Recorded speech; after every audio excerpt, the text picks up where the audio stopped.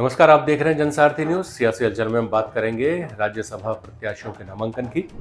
मध्य प्रदेश से कांग्रेस के राज्यसभा प्रत्याशी अशोक सिंह ने अपना नामांकन दाखिल कर दिया। इस मौके पर पीसीसी चीफ जीतू पटवारी के साथ ही कई कांग्रेस के नेता भी मौजूद थे। अशोक सिंह का कहना था कि पार्टी नेतृत्व ने मुझ जैसे छोटे कार्यकर्ता को राज्यसभा जाने का मौका दिया, इसके लिए मैं आभारी हूँ। वहीं कांग्रेस के प्रदेश सचिव सुनील शर्मा और ग्वालियर जिला अध्यक्ष देवेंद्र शर्मा का मानना है कि इससे कांग्रेस को ग्वालियर चंबल अंचल में नई ताकत मिलेगी।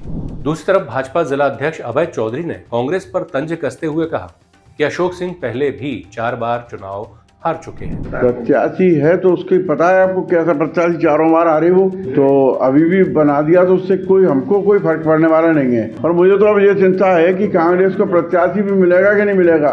जिस तरह से भगदड़ मची है, रोज मुखर्जी भवन पे लोग आ रहे हैं सदस्यता लेने के लिए, हम मना कर रहे हैं फिर भी आ रहे हैं, तो मुझे तो ऐसा लगता है कि चुनाव तक उनके पास प्रत्याशी नहीं रह जाएगा। मैं ये मान के चलता हूँ कि ग्वालियर के अंदर और संभाग के अंदर कांग्रेस पार्टी को मजबूती प्रदान होगी और सभी कार्यकर्ताओं को एक नई ऊर्जा का संचार होगा।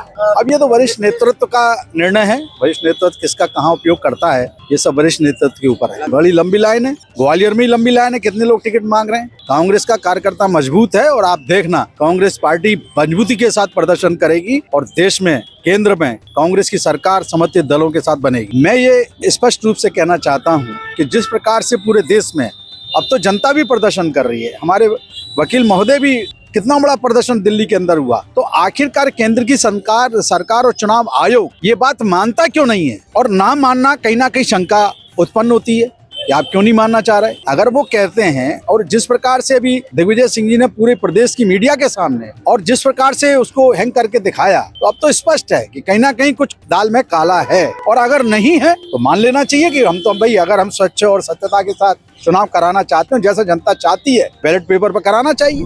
ग्वालियर चंबल अंचल से माननीय अशोक सिंह जी को राज्यसभा में चुने जाने पर बहुत बहुत बधाई। इससे कांग्रेस के कार्यकर्ता में और मजबूती आएगी। कांग्रेस वैसे मजबूती से खड़ी हुई है। मध्य प्रदेश में अगर ग्वालियर चंबल संभाग देखा जाए तो 16-18 सीटें आई हैं, बीजेपी की 18, 2 सीटों से ही पिछड़े हुए हैं हम लोग।